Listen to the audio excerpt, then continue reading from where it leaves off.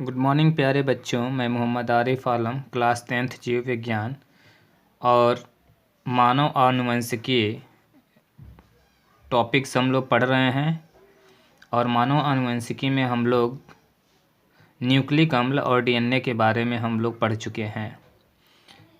इस वीडियो में, इस लेक्चर में हम लोग न्यूक्लिक अम्ल आरएनए के बारे में पढ़ेंगे। प्यारे बच्चों, राइबो न्यूक्लिक अम्ल जिसे कहते हैं आरएनए, राइबो न्यूक्लिक एसिड, इसका निर्माण डीएनए से होता है।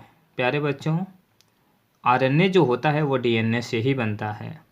यह भी पॉलीन्यूक्लियोटाइड श्रृंखला से बना होता है जिसका निर्माण हजारों न्यूक्लियोटाइड से होता है।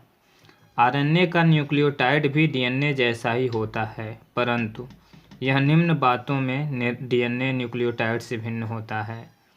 पहला, इसमें उपस्थित शर्करा राइबोज होती है, डीऑक्सीराइबोज नहीं होती है। डीऑक्सीराइबोज डीएनए में होता है और आरएनए में जो शर्करा होती है वो राइबोज होती है। इसमें थायमीन नामक नाइट्रोजन क्षारक के स्थान पर यूरेसिल होता है।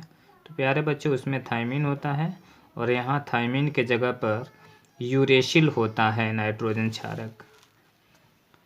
यह सामान्य आनुवंशिक पदार्थ नहीं होता है। प्यारे बच्चों, जो आरएनए के बारे में हम लोग डिस्कस कर रहे हैं, तो यह एक सामान्य आनुवंशिक पदार्थ नहीं होता है, परंतु अपवाद स्वरूप यह डबल हेलिकल्स यानी द्विरज्जुकीय एवं आनुवंशिकी भी होता है। जैसे रियो वायरस में यह आनुवंशिक भी होता है, एक्सेप्शन है। प्यारे बच्चों, आरएनए 3 प्रकार के होते हैं। पहला, राइबोसोमल आरएनए जिसको स्मॉल आरएनए कहते हैं। यह कुल आरएनए का 80% पार्ट होता है। ये इंपॉर्टेंट है प्यारे बच्चों।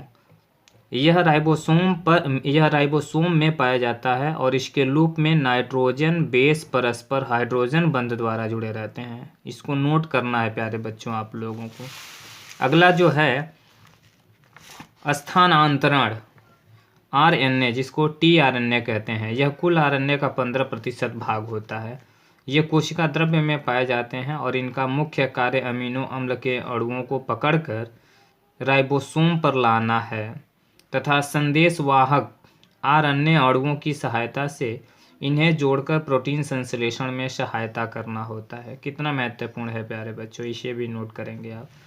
संदेशवाहक आरएनए जिसको मैसेंजर एमआरएनए कहते हैं, ये राइबोसोम्स की सतह पर प्रोटीन संश्लेषण में सहायता करते हैं तथा डीएनए में उपस्थित आनुवंशिक संदेशों को कोडान के रूप में केंद्रक में कोशिका द्रव्य में पहुंचाते हैं, जिससे प्रोटीन संश्लेषण की क्रिया निरंतर होती रहती है। प्यारे बच्चों, ये काफ़ी महत्वपूर्ण टॉपिक पर हम लोग पहुंच चुके हैं जिसमें डीएनए और आरएनए में अंतर को हम लोग स्पष्ट करेंगे।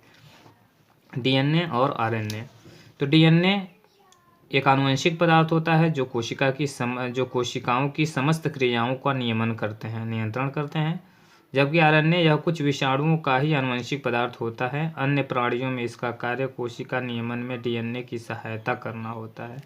दूसरा है कि डीएनए में स्वद्विगुणन की क्षमता होती है और इससे आरएनए का निर्माण भी होता है। आरएनए में स्वद्विगुणन की क्षमता सिर्फ विषाणुओं में पाई जाती है। कुछ विषाणुओं में आरएनए से डीएनए भी बन सकता है। और अगला अंतर है, सामान्यतः इसके अणु 2 पॉलीन्यूक्लियोटाइड श्रृंखलाओं के बने होते हैं और इसमें सामान्यतः इसका अणु केवल एक पॉलीन्यूक्लियोटाइड श्रृंखला का बना होता है। अगला डिफ्रेंसिएशन क्या है, इसमें डीऑक्सीराइबोज शर्करा होती है और इसमें राइबोज शर्करा होती है। डीएनए मुख्यतः केंद्रक में पाया जाता है, जबकि आरएनए मुख्यतः कोशिका द्रव्य में पाया जाता है। और लास्ट है कि इसके अणु में एडेनिन, गुआनिन, थायमीन तथा साइटोसिन नाइट्रोजनी क्षार होते हैं, जबकि आरएनए में थायमीन के स्थान पर यूरेसिल नामक नाइट्रोजनी क्षारक होता है। प्यारे बच्चों, अगला जो टॉपिक है जिसका नाम है गुणसूत्र, काफ़ी महत्वपूर्ण है। क्वेश्चन भी आ जाता है कि गुणसूत्र किसे कहते हैं, संरचना बनाइए। तो क्रोमोजोम्स जिसको कहते हैं, ये जीव की कोशिका के केंद्रक में उपस्थित कुछ धागे के आकार की रचनाएं हैं। स्ट्रासबर्गर ने सन 1875 में इनकी खोज की थी तथा गुणसूत्र शब्द का प्रयोग वाल्डेयर ने सन 1888 में कोशिका विभाजन का अध्ययन करते समय दिया था। सरल शब्दों में यह केंद्रक में पाए जाने वाले न्यूक्लियो प्रोटीन होता है। प्यारे बच्चों, यह प्रायः कुंडलित धागे नुमा संरचना के रूप में दिखते हैं तथा विभाजन यानी कोशिका विभाजन के समय यह संघनित होकर दंडाकार, सर्पिलाकार और डंबलाकार तथा तंतुमय हो जाते हैं और इनकी लंबाई 0.5 से 30 माइक्रोमीटर व व्यास 0.2 से 3 माइक्रोमीटर होता है। इसकी संरचना की अगर बात करेंगे तो प्यारे बच्चों इसकी संरचना को आप ध्यान से देखेंगे। इसका स्ट्रक्चर संयुक्त सूक्ष्मदर्शी से देखने पर गुणसूत्र के निम्न पार्ट्स दिखाई देते हैं। पहला है पेलिकल। यह पतली झिल्ली के समान संरचना होती है तथा गुणसूत्र के आवरण की तरह कार्य करती है। और मैट्रिक्स, तो ये प्यारे बच्चों देखिए ये गुणसूत्र का स्ट्रक्चर है जिसमें पेलिकल है, मैट्रिक्स है, क्रोमोनीमेटा है, क्रोमोमीयर है, गुणसूत्र है, बिंदु है जिसको प्राथमिक संकीर्णन कहते हैं, ये द्वितीयक संकीर्णन और ये सैटेलाइट्स है। तो प्यारे बच्चों इस गुणसूत्र की स्ट्रक्चर को आप ध्यान से देख लीजिए क्योंकि कभी कभी संरचना भी उसके को पूछे जाते हैं। मैट्रिक्स का काम क्या होता है? गुणसूत्र के अंदर भरे समांगी जेली समान व अक्रिय तरल को ही मैट्रिक्स कहते हैं। यह गुणसूत्र को संघनित होने में सहायता प्रदान करता है। क्रोमोनीमेटा, मैट्रिक्स में कुंडलित धागे समान 2 क्रोमेटिड्स या क्रोमोनीमेटा होते हैं और इनमें थोड़े अंतराल के साथ गहरे रंग के क्रोमोमीयर्स स्थित होते हैं। क्रोमोमीयर्स की संख्या व स्थिति सदैव निश्चित होती है। गुणसूत्र बिंदु, तो प्यारे बच्चों आप बिल्कुल इसको देख लीजिए। आप इसकी संरचनाओं को आप बिल्कुल इसको हर हालत में आप इसको नोट्स बना लीजिएगा और इसमें जो महत्वपूर्ण चीज़ें हैं आप उसको तैयार कर लेना है। गुणसूत्रों के थोड़ा सा प्रकार में देखेंगे तो गुणसूत्रों के प्रकार में देखेंगे तो पहला है कायिक या अलिंग या इसी को स्वजात गुणसूत्र जिसको ऑटोसोम्स कहते हैं। ये गुणसूत्र जो लिंग लक्षणों को छोड़कर जीन के अन्य लक्षणों का निर्धारण करते हैं कायिक गुणसूत्र कहलाते हैं। कायिक गुणसूत्र नर और मादा दोनों प्रकार के जीवों में समान होते हैं और इन्हें ऑटोसोम्स कहते हैं। जबकि लिंग गुणसूत्र प्यारे बच्चों लिंग निर्धारण करने वाले गुणसूत्र लिंग गुणसूत्र कहलाते हैं और इन्हें हेटेरोसोम्स भी कहते हैं। लिंग गुणसूत्र नर और मादा दोनों में अलग अलग होते हैं।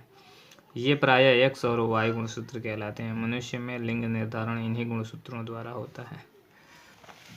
गुणसूत्रों के कार्य प्यारे बच्चों, गुणसूत्र पर उपस्थित जीन्स आनुवंशिक लक्षणों के वाहक होते हैं और इस प्रकार के गुणसूत्र आनुवंशिक वाहक कहलाता है। गुणसूत्रों के प्रतिलिपिकरण के संतति गुणसूत्र बनते हैं जो संतति कोशिकाओं में पहुंचते हैं और इनके डीएनए में विभिन्न क्रियाओं हेतु विशेष कूट के रूप में संदेश निहित होते हैं। प्यारे बच्चों कभी कभी जीन का भी क्वेश्चन पूछा जाता है कि जीन क्या होते हैं। तो जीन गुणसूत्र पर पाए जाते हैं। यह गुणसूत्र में उपस्थित डीएनए का छोटा खंड होता है जिसे आनुवंशिक कूट निहित होता है जीन शब्द का प्रयोग सर्वप्रथम जोहानसन द्वारा 1909 में किया गया। जीन लक्षणों को एक पीढ़ी से दूसरी पीढ़ी में पहुंचाते हैं। तो प्यारे बच्चों ये जीन से भी संबंधित टॉपिक से आप इसे नोट बना लेंगे, इसको रिवीजन करेंगे। और गुणसूत्र के बाद प्यारे बच्चों हम लोग का जो अगला टॉपिक होगा इसमें हम लोग थोड़ा गुणसूत्रों में विभिन्नता और रोग पे भी डिस्कस करेंगे कि गुणसूत्रों में भिन्नता और रोग क्या होता है। देखिए प्यारे बच्चों युग्मनज जाइगोट से भ्रूण तथा उससे विकसित होने वाले संतान में जब कोई जाइगोट बनता है और जाइगोट से भ्रूण बनता है, भ्रूण आगे चलकर विकसित होकर संतान बनाती है तो संतान में गुणसूत्रों की संख्या सामान्यतः n+n यानी 2n होती है क्योंकि एक n यानी हैप्लॉयड और हैप्लॉयड यानी इसको कहते हैं अगुणित और अगुणित क्योंकि आधा माता से और आधा पिता से आते हैं। डिप्लॉयड बॉडी बनाता है अर्थात 23 + 23 46 होता है बॉडी में। मनुष्य के शरीर में 46 गुणसूत्र होते हैं शरीर की कोशिकाओं में, परंतु कभी कभी इन संख्या में परिवर्तन होने के कारण दोष उत्पन्न हो जाता है और इस प्रकार के दोष में गुणसूत्रों की संख्या 46 की बजाय कम या ज़्यादा हो जाती है। जैसे कम या ज़्यादा होने से जैसे पहला है डाउन सिंड्रोम्स। इस रोग को मंगोलियन जड़ता भी कहते हैं। इंग्लैंड के लैंगडन डाउन्स 1866 ने सर्वप्रथम मंगोली जड़ता का अध्ययन किया और इनकी 21वीं जोड़ी में 2 की वजह 3 गुणसूत्र होते हैं जिनमें कुल गुणसूत्र 2n+1 यानी 18 बराबर कितना 47 होते हैं, यानी एक गुणसूत्र बढ़ जाता है इसमें। ऐसे व्यक्ति की आंखें तिरछी, जीभ थोड़ा मोटी हो जाती है, हथेली और पैर अनियमित रूप से, मुख खुला होता है और ये मंद बुद्धि के होते हैं तथा कद भी छोटा होता है। आयु इनकी 12 से 14 वर्ष तक ही होती है।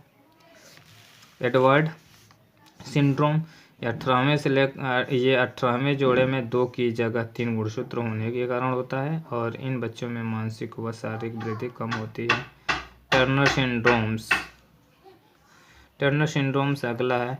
यह एक लिंग गुणसूत्र के कम होने के कारण होता है और इसमें 45 यानी 44 प्लस XO यानी एक गुणसूत्र कम हो जाता है। गुणसूत्र होते हैं इनका अंडाशय कम विकसित तथा लंबाई कम